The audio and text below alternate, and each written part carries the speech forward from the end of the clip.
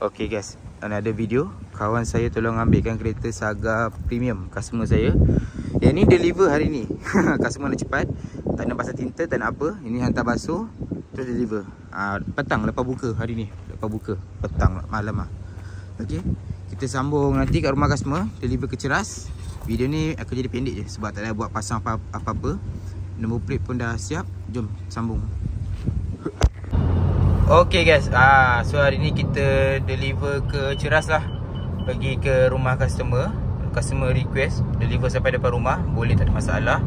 Okay, ada kawan saya seorang bawa kereta saya depan. Macam biasalah, saya kalau nak ke mana-mana memang akan ajak kawan, teman seorang. Okay guys, kita jumpa korang nanti. Kita terus jumpa customer. Ni kereta customer ni saya tak sempat bagi tinted free tinted sebab kedai tinted penuh. Slot semua penuh sampailah lepas raya nanti. Lepas cuti habis raya nanti kan baru boleh buat tinted. So customer-customer saya yang lain pun semua macam tu juga. Minta hold sekejap. Beraya tak ada tinted. Kereta aquarium lah. Okay, tapi insyaAllah nanti lepas raya boleh datang. Okay, customer ni saya bagi door visor free tinted, tapi dia tak boleh pasang lagi lah. Lepas tu dashcam, kat Tashengo, leather seat dengan ada beberapa lagi item, goodies bag, full tank minyak, tapi minyak dah tinggal dah kurang 2 bar dah. Okay lah, kita sambung dekat rumah customer nanti. Jumpa korang sikit lagi. Okay guys, gelap sikit kawasan ni. Dah sampai dah rumah customer.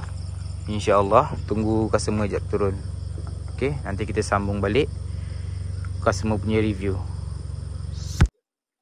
Hai, Assalamualaikum. Saya Encik Syakir daripada Ceras. Sepanjang proses untuk pembelian kereta ni, saya dibantu oleh Encik Rahim daripada A sampai Z. Semua proses smooth, daripada loan, daripada nak dapatkan kereta sehingga penghantaran secara percuma ke hadapan rumah saya. Alhamdulillah.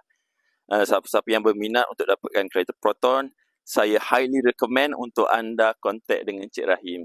Itu saja. Terima kasih. Assalamualaikum.